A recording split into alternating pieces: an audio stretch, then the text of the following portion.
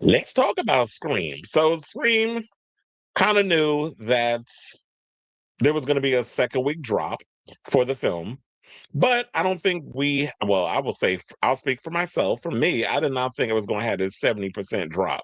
I don't think it was going to be this bad. But apparently, um, fret not. It is still a hit at the box office. It made its money back and then some. It is officially crossed over to being it would it be considered the first horror film to gross $1 billion? Like all seven movies combined, it is now officially $1 billion franchise. So Paramount is estimating a 16.3 million second weekend for Scream 7, which brings it to 92 million total, a drop of negative 74%. That would be the worst second weekend drop for the franchise. It's also worse that the second weekend of Scream 6, 17.3 million, with a 61% drop. That's what happened. We all shady for this line. That's what happens when you make a mediocre movie. Word of mouth or lack thereof is the main reason for those numbers. And you know what?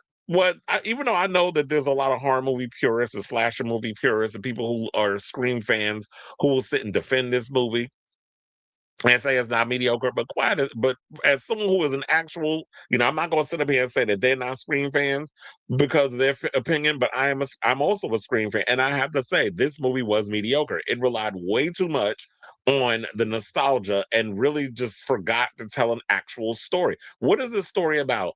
Who is this movie for? I mean, I understand we want to cater to the fans, and did y'all want to really go there with the whole Stu situation? I kind of think that y'all chickened out in regards to the whole Stu thing, and then you resorted the final act.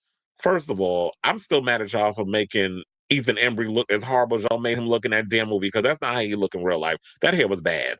And then Anna Camp with um her reasoning behind like her motivation because Sydney, she read her book and then it motivated her to kill her husband. And Sydney was just too somber and subdued and meek and all the things she's always been. And she wasn't really coming out being that fiery mama bear that you wanted her to be. And because you were obsessed with her and you were an obsessed fan because you read the book and you think you knew her based off of this coming out of the dark movie, quoting Gloria Estefan. What's the name of the book? Coming out of the dark or whatever, out of the shadows, out of something, out of sight, out of mind. I don't remember the name of the book, but Sydney wrote a book. Y'all remember in Scream 4, and this woman apparently became obsessed with Sydney and became like not only her neighbor, but she was like obsessed with her. And I just don't feel like y'all drove that story enough where we could have just kind of believed the motivation. So the motivation was the reasoning, the motive, all that stuff was relatively weak, which is not surprising because it was what we got in Scream 5, it was what we got in Scream 6. So Scream 8, going forward, wipe the slate clean, get rid of them writers. We don't want them back. Now I will say this, I did like some of the ideas you put in the movie. I love that the panic room sequence. I like the opening sequence, even though what they were trying to say, some people said it didn't connect with the film. But then the guy who hosts, what is it, At the Drive-In or something or another, um, he was basically saying that yeah, there was connective tissue to it, and that was basically they were trying to burn it all down, wipe the slate clean, and they wanted to make y'all think that it was Stumacher that burned down the house, while this other thing was going on in the town that Sydney was in, and all the other killings were starting up again. So there was motivation behind it. It's just apparent that these two wound up at the Airbnb, and they ended up being casualties in this person's plan. Now, who did what they did to those characters? Who knows? But they're saying that was the motivation to start up the thing. Because normally we always say that the characters who are in the film are connected to other characters.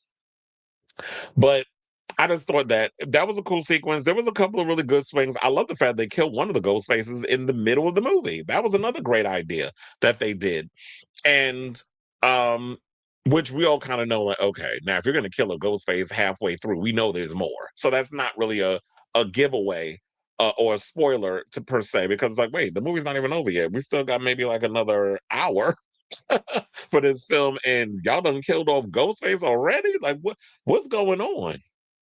So They said the Scream 7 release kicked off on February 27th with a record-shattering opening weekend with 63.6 million. It earned the best domestic debut of the entire 30-year-old horror franchise.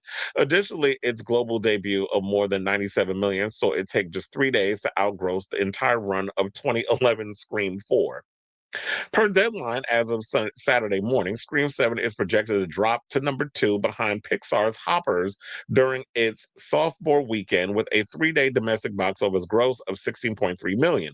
While it has outpaced the new release The Bride, which is projected to hit number 3 with a debut between 8 and 10 million, it has been slammed with a brutal 74% drop that marks the worst of the franchise by a wide margin. The previous biggest drop of the franchise was earned by 2011 Scream 4, which fell 62.4% during its own sophomore weekend. While its drop could fluctuate slightly from projections once its Sunday numbers come in, it is currently set to tie with the 2024 horror movie The Front Room and Werewolves for the 113th biggest week 2 drop of all time. Wait, Werewolves did I don't even know Werewolves even hit the top 10 because well, that wasn't a good movie. I like Frank Grillo, but that movie was not good. And I went to the movies to see that. It was like me and two other people in that movie. And the werewolf effects and everything was cool, but it was just the acting wasn't that great and the it just wasn't a good movie. Now, they also said while horror tends to be more front loaded than many other genres and can often have sophomore weekend drops of 60% or more, the Scream movies have largely avoided that trend. And I have a breakdown of the whole situation. So hold on, because I'm gonna actually pull it up for y'all to see what I'm looking at. What I'm looking at. What I'm looking at. So, yeah, this is the overall graph that we have regarding the whole Scream situation. So we have the original Scream domestic debut was 6.3 million. And I remember when I was a kid when that movie came out, and I didn't know much about Scream. I just knew like, oh, it was a scary movie, and I was a little too young to go see it. But I remember there was this guy, George, that was telling me about it. And he was like he went to the movies to see it, and I think it came out in December, and it was something about how clever and how good the movie was, and it got me interested because I didn't know much about this movie. I just knew Drew Barrymore was in it, and it was like Slash or whatever the case was. But he went to see it open the weekend and just could not stop talking about it. So when I finally got around to watching it, then I was like, oh yeah, this was a good one. And this was like in '96. So yeah, then they had a what is it? Week 2 drop was like 42.8%. It grossed 173 million. Scream 2, 32.9 million was what it grossed because, as big as of a hit that Scream was, when Scream 2 came out, um, it made more, obviously. Then it had a 57.7 drop and it brought in 172.4 million. So while the original grossed 173 million, the sequel brought in slightly less, but nevertheless, it was still a hit. Then we had Scream 3, which for real, that movie I know very divisive. The movie debuted at 34.7 million, 53% drop second week, brought in 161.8 million. Scream 4, damn, that was like the lowest rated one. Even though there's things about Scream 4 I love. I love the Jill character. I liked Sydney with the book signing situation. It had its issues, but Scream 4, I think well, maybe people were kind of feeling the way about Scream 4 because Scream 3 was such a cheesy, campy disappointment with a lot of what was going on up in that film. People really weren't feeling it, even though it made a lot of money. I think people were probably had a bad taste in their mouth from Scream 3. Then Scream 4 comes out, and don't get me wrong, Charlie was one of the worst co-killers that we had. I thought he was just a horrible killer in that film. But Jill was everything. I love the whole Jill story. I would have loved to have seen the original idea behind Jill, which was supposed to be that she was supposed to get away with killing all her friends, faking her death. Well, basically making it look like she was attacked by Ghostface. When we oversaw the scene where she was basically throwing herself around the house, making it look like she was battered and bruised. And then Sydney was supposed to get amnesia. And what was supposed to happen in the next movie was she was supposed to get away with it because she was supposed to get the fame and everything. Sydney gets amnesia. but somebody knows her secret. So it's another Ghostface that's going around. So Ghostface is trying to kill all these other people. She's supposed to be in college, Jill, and it's supposed to be Ghostface against Ghostface. I would have loved them to still play up that story, but and you still can. So I would love for them to.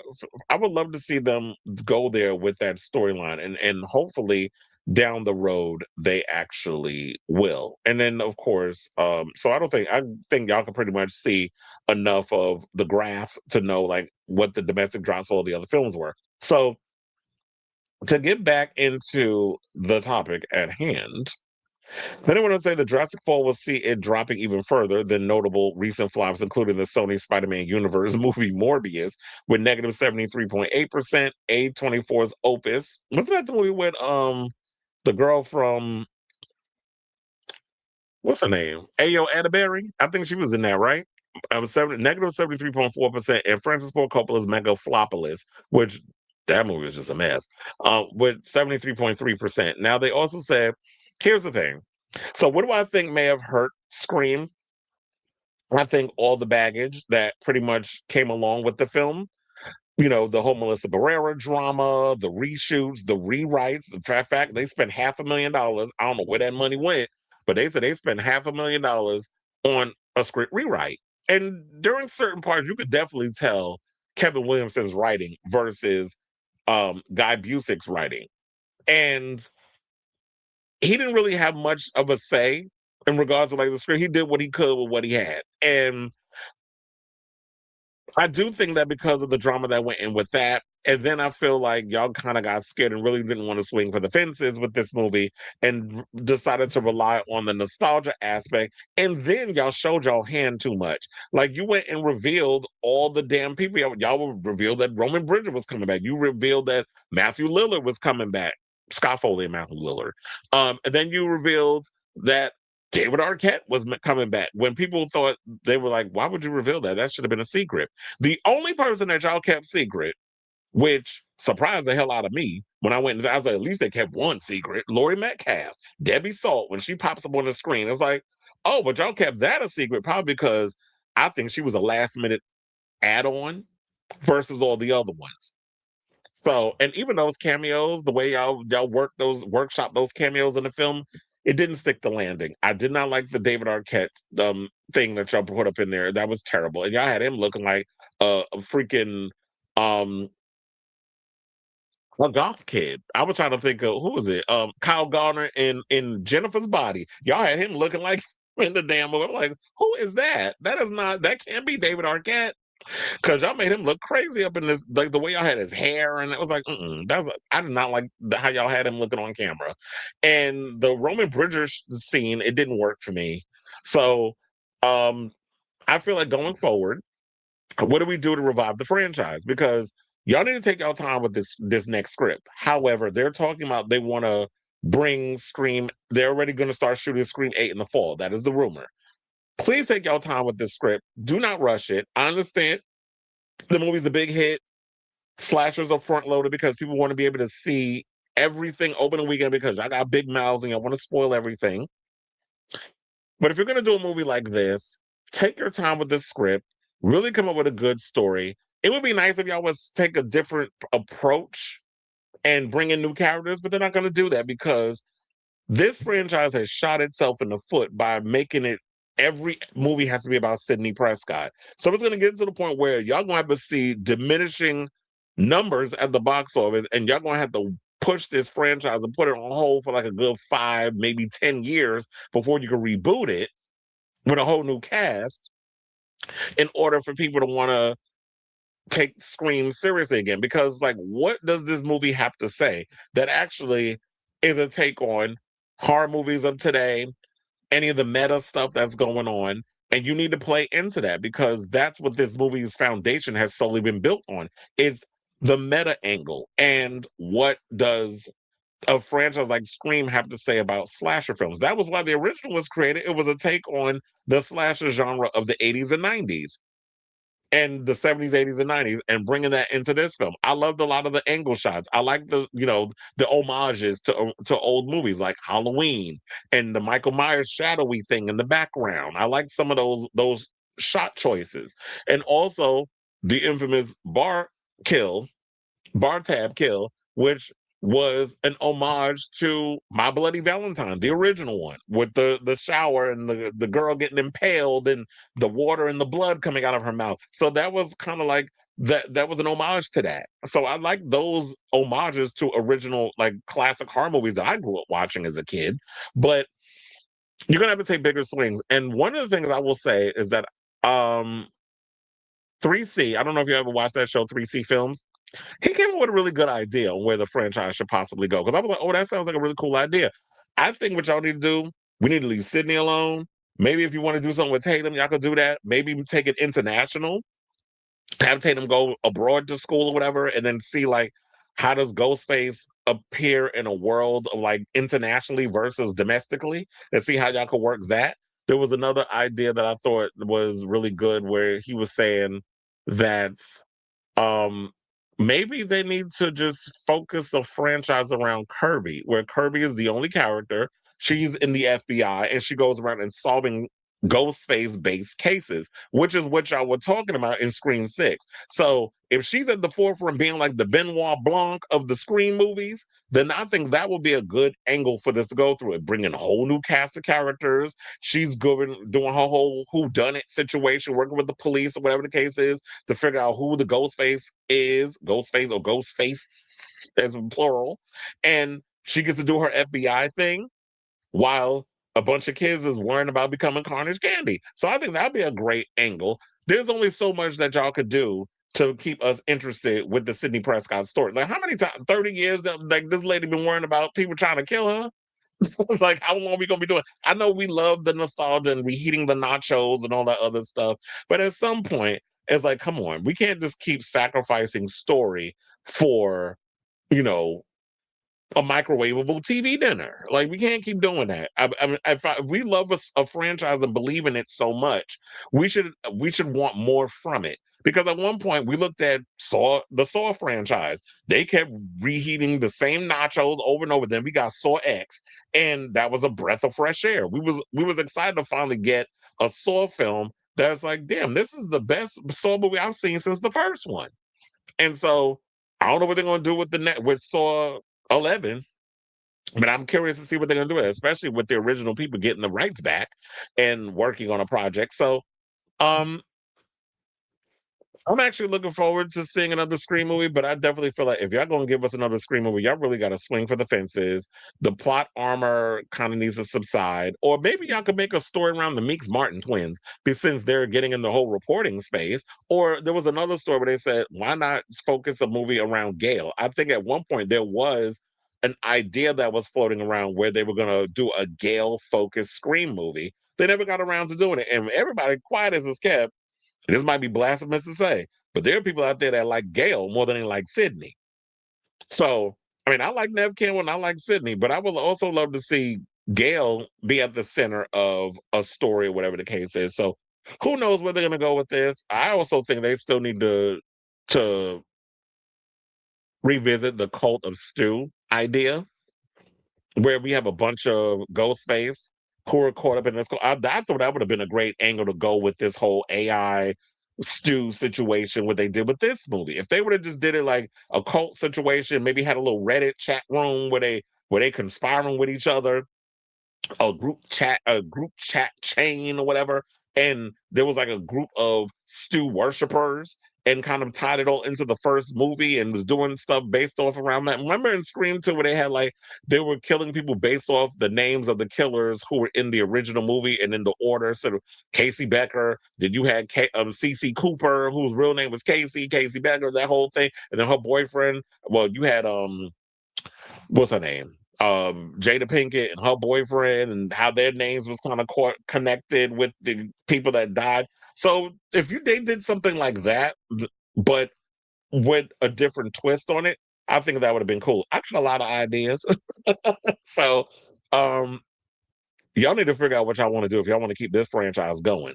So while it is still pretty much a successful movie because it made close to $100 million on a $45 million budget. It's made its money back already. So Scream 7 is a hit, but still, You can't just be thinking, well, money, hit, and then the franchise is now starting to go downhill because so far Scream has been that one franchise that you either really love a movie, a Scream movie, or you really hate it. There's like no in between. But I don't think there's any Scream movies that people relatively hate. You can put them in order of what movies in the genre you like, but I don't think there's relatively a Scream movie that you genuinely hate because I don't hate any of the films. There's films I think that have great moments about it and weaker moments, but it's not a movie that I'm like, okay, this is terrible. So they go on forever talking about this, but in the meantime, I don't want to do that because we got a lot more topics to get to. So before as I'm closing out this story, what do you guys think of this story in regards of Scream 7? Have you seen the movie? Would you think of the film? Are you surprised this 74% drop at the box office? And where do you think that they should go with this franchise in regards of the story? Because like I said, there's only but so much you can do a story surrounding Sidney Prescott. It may be time to bring in new people and new stories and breathe some fresh life into this franchise because now I feel like they've written themselves into such a corner because you've made this franchise all about Sidney Prescott. So let me know what you guys think of this story in the comments down below.